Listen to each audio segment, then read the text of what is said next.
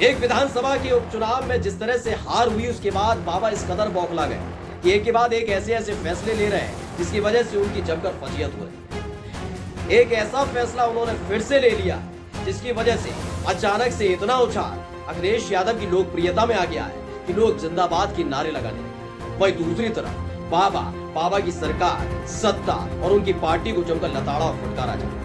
आज लखनऊ की सड़क पर जो संग्राम हुआ है वो संग्राम किसकी वजह से हुआ? आखिर किसने कान में आकर सलाह दे दी थी बाबा को? आखिर कौन वो ऐसा आदमी है जिसने बाबा की फजीयत करा दी? आज अपने इस वीडियो में आपको दिखाने जा रहा हूं। नमस्कार, मैं हूं प्राजपल गौतम और आप देख रहे हैं द लाल न्यूज। आज आपने दिन भर न्यूज चैनल भी देखा हो शायद, तो आप देखेंगे कि तस्वीर अलग अलग तरीके से पेश की जाती है। मैं फिर कहता हूं, द लाल न्यूज पर निष्पक्ष तौर पर मैं इस तस्वीर का विश्लेषण करने जा रहा हूं।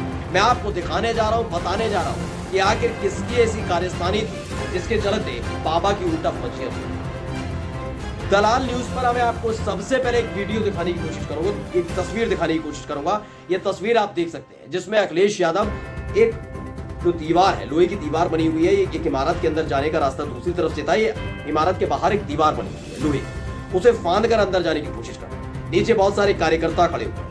ये कार्यकर्ता इस बात के इंतजार में थे जैसे ही अखिलेश यादव अंदर जाएंगे उसके बाद ये भी इसी रास्ते से अंदर जाएंगे। आपका सवाल होगा कि ऐसा क्या हो गया कि अखिलेश यादव को इसके अंदर जाने के लिए या ये तरीका आज बढ़ा? इस पूरी तस्वीर को गोदी मीडिया की नजर से देखेंगे तो ये प्रोपेगेंडा स्कीम है, ये लोकप्रियता बटोरने का सस्ता साधन अखिलेश यादव का है। लेकिन हकीकत इसकी जब दूसरा पहलू देखेंगे तो आप गोदी मीडिया को कोसने लग जाएंगे। आप बाबा की सरकार, उनकी पार्टी को लताड़ने और फटकारने लग जाएंगे। दरअसल हुआ यूं कि जयप्रकाश नारायण, आप जानते होंगे जननायक जयप्रकाश नारायण, भारत रत्न जयप्रकाश नारायण जी, उनकी जयंती के मौके पर हुआ क्या? उनकी जयंती के मौके पर हर साल की तरह अखिलेश यादव JPNIC जाते हैं। आप कहेंगे JPNIC है क्या? JPNIC लखनऊ की गोमती नगर में बना हुआ है जिसे जयप्रकाश नारायण अंतर्राष्ट्रीय केंद्र कहते हैं और यह अखिलेश यादव के कार्यकाल के दौरान ही बना था। इसके अंदर तमाम अलग अलग जो पार्टियों के महापुरुष हैं उनकी जीवनी है, उनके बारे में है, उन्होंने क्या क्या किया, देश के लिए क्या किया, ये तमाम चीजें चलचित्र भी चलते हैं, यानी वीडियोस भी चलते हैं, ऑडियो भी सुन सकते हैं। बहुत अत्याधुनिक तरीके से बनाया गया है जिसमें जयप्रकाश नारायण जी का भी जिक्र है, जिसमें भारतीय जनता पार्टी और जनसंघ के लोगों का भी जिक्र है, उनकी पार्टी के जनसंघ के जो नेता रहे उनकी जीवनियां भी है, यानी अलग अलग पार्टियों की, बसपा के भी है। तो ये जयप्रकाश नारायण जी के नाम से ये अंतर्राष्ट्रीय केंद्र बनाया गया था, इसका ये था, अखिलेश यादव ने रखा था। और हर साल अखिलेश यादव इसी परिसर के अंदर, इसी प्रांगण के अंदर, इसी परिसर में बनी हुई जयप्रकाश नारायण जी की जो प्रतिमा है उस पर माल्यार्पण करते हैं। जब सरकार में थे तब भी और जब सरकार से बाहर हैं तब भी हर साल जाते हैं। पिछले साल की भी आप तस्वीर 11 अक्टूबर की देख सकते हैं, उससे पिछली भी देख सकते हैं। तो हुआ क्या है? हुआ ये कि जयप्रकाश नारायण जी की जयंती के मौके पर पहले से ही बाबा को ये पता था कि ये पहुंचेंगे अखिलेश यादव। कर क्या दिया उन्होंने? क्या गलत फैसला ले लिया? गलत फैसला दोस्तों ये ले लिया कि उन्होंने जयप्रकाश नारायण जी की प्रतिमा तक ना पहुंचे अखिलेश यादव या समाजवादी पार्टी के नेता, कार्यकर्ता, सांसद, विधायक, तो पहले पुलिस का घेरा लगवा दिया उस पूरी इमारत की। लखनऊ के गोमती नगर में JPNIC को पूरी तरह से कॉर्डन ऑफ कर दिया। उसके बाद क्या किया गया कि जो गेट था उस गेट पर भी 3 शेड लगा दिए गए। गलती सोची कितना पैसा खर्च किया गया फिजूल में, बेतुके के फैसले में, बेतुके का निर्णय था इनका, ऐसा डिसीजन जिसका कोई लेना देने, कोई सिर पैर नहीं। अगर चाहता तो आराम से अखिलेश यादव चले जाते, न इतनी लोकप्रियता मिल पाती। लेकिन लगता है कि बाबा खुद चाहते कि अखिलेश यादव ज्यादा लोकप्रिय हो जाए। जैसे बार बार आपने सुना है ना, राहुल गांधी के लिए कहते हैं कि जब तक राहुल गांधी कांग्रेस के अंदर है तो भारतीय जनता पार्टी का कल्याण होगा। मुझे ऐसा लगता है कि घोसी सीट पर हार के बाद हालत यह है कि बाबा जब तक पार्टी में, बाबा जब तक सत्ता में, तो अब सपना देखना भूल जाते। आप लगाइए, अनुमान लगाइए 2017 के बाद इनकी हालत क्या हो रही है। जब से बाबा सत्ता में आए हैं, शासन पर आए हैं, सिंहासन पर बैठे हैं, एक एक राज्य करके इनसे छिन रहा है। क्यों छिन रहा है? अब क्यों छिन रहा है वो आप अपने देख लीजिए। तो राहुल गांधी पर तंज कसते हैं। मैं डायरेक्ट आपको बाबा के बारे में एग्जांपल दे रहा हूं। 2017 के बाद देखिए इनका डाउनफॉल कितनी तेजी के साथ आया।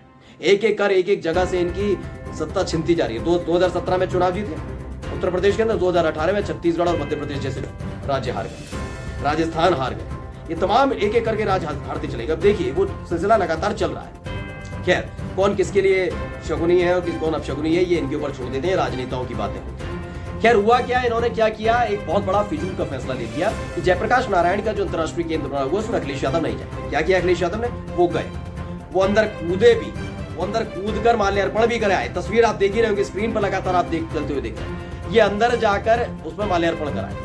अखिलेश यादव ने इसके बाद एक ट्वीट भी किया। इस ट्वीट में उन्होंने साफ तौर पर ये लिखा है, वो बताना पढ़ना बहुत ज्यादा जरूरी है। उन्होंने कहा कि जब लोकतंत्र में लोकनायक के माल्यार्पण के लिए बाधाएं खड़ी की जाए तो लोकतंत्र किस काम का? भाजपा सपा का रास्ता नहीं रोक सकती है। यानी माल्यार्पण करते हुए नजर आ रहे हैं। आपने देखा होगा जो उन्होंने ट्वीट की अपनी खुद की तस्वीर है, उसमें दोनों तस्वीरें जयप्रकाश नारायण जी की वो तस्वीर जो प्रतिमा जो जयप्रकाश नारायण अंतर्राष्ट्रीय केंद्र के अंदर लगी हुई है, जहां तक रोकने के लिए बाबा की पुलिस, बाबा के अधिकारी लगे रहे लेकिन नहीं रोक पाए अगले क्षण। और दूसरी तस्वीर वो है जब वो अंदर आने की कोशिश कर रहे थे, यानी बैरिकेडिंग, यानी दरवाजे से नहीं आए, गेट से नहीं आ पाए, वो ऐसे ही आए। उनके पीछे पीछे समाजवादी पार्टी के तमाम समर्थक भी अंदर आए, किसी को नहीं रोक पाई बाबा की पुलिस। अब सवाल ये है, बहुत सीधा और सिंपल सवाल है, मैं बहुत बड़ा नहीं, कि मैं सहानुभूति रखता हूं बाबा से, ये हो जाता है। आप क्या करते हैं, कभी कभी छोटी मोटी हार आती है ना, तो आपको डर लगने लग जाता है। जब आपके बोल्ट नट बोल्ट कसे जाने लगते हैं तो आपको डर लगने लग जाता है। जब आपको कोई एजेंडा और टारगेट दे दिया जाता है और उसमें आप नाकामयाब होने लगते हैं तो डर लग जाता है। डर इस बात का कि कहीं ऐसा ना हो कि इसका दूसरा इफेक्ट हो। जैसे एक बच्चे पर ज्यादा पढ़ने का जोर डालेंगे तो वो एग्जाम वाले दिन फेल हो जाता है, और जब वो फेल होने लगता है, यानी हाफ ईयरली के एग्जाम में फेल होता है, तो उसे पूरा भरोसा हो जाता है कि वो फाइनल ईयर में फेल ना हो जाए, मतलब जब फाइनल एग्जाम होगी उसमें फेल ना हो जाए, इसलिए उसके कभी कभी मार्क्स कम रह जाते हैं, वो फेल हो जाता है। ये दो में से एक चीज होती है, इसलिए मनोवैज्ञानिक तौर पर कहा जाता है कभी ज्यादा दबाव नहीं डालना चाहिए। यही कुछ इन दिनों बाबा के साथ हो रहा है। पहले पिछले साल मैनपुरी उपचुनाव में हारे थे, उसके बाद अंटे फैसले लिए, कई ऐसे अंटे फैसले, जैसे आजम खान के खिलाफ दोबारा आईटी के छापे पड़वाना, ये तमाम चीजें करवाना, शिवपाल सिंह यादव को सीबीआई की धमकी देना, अखिलेश यादव को तोड़ने के लिए अखिलेश यादव के करीबी विधायक सांसदों को जेल में ठूस देना, तमाम काम किए जा रहे हैं। यहाँ तक कि एक जो सारस का मित्र था आरिफ, उस तक को नहीं छोड़ा था, उसको नोटिस पकड़ा दिया। अंटे फैसले कोई मतलब नहीं है भाई, लेकिन ले रहे हैं। क्यों? अखिलेश यादव के खिलाफ लेने, उन्हें नीचा दिखाना है।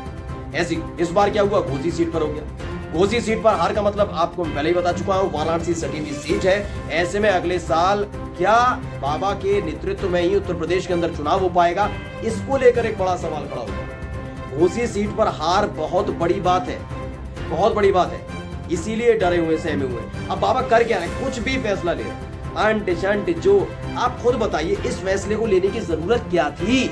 और ये मैं ही नहीं पूछ रहा, अब आप सोशल मीडिया पर जाइए, जाकर वो भी पूछ रहे हैं कि आराम से अगर हर साल अखिलेश यादव माल्यार्पण कर देते थे तो इस बार क्या दिक्कत आ रही थी? ना बाबा बता पा रहे, अपनी सरकारी कुटिया में जाकर बंद हो गए, कह रहे हैं कि कर क्यों दिया। अब खुद सोच रहे होंगे इससे करने से तो उल्टा हो गया, लोकप्रियता बढ़ गई। पहले से ही आप देखिए कि किस तरह से सेक्युलर और सोशलिस्ट शब्दों को नए संविधान में से हटा दिया गया था, उसको लोग पहले ही निशाना साधा जा रहा था। समाजवादी नेता उनको हटा दिया गया, उनको कैद किया जा रहा है, उन तक अखिलेश यादव को पहुंचने नहीं दिया जा रहा। कुल मिलाकर इनकी फुल किरकिरी हो गई है। नमस्कार।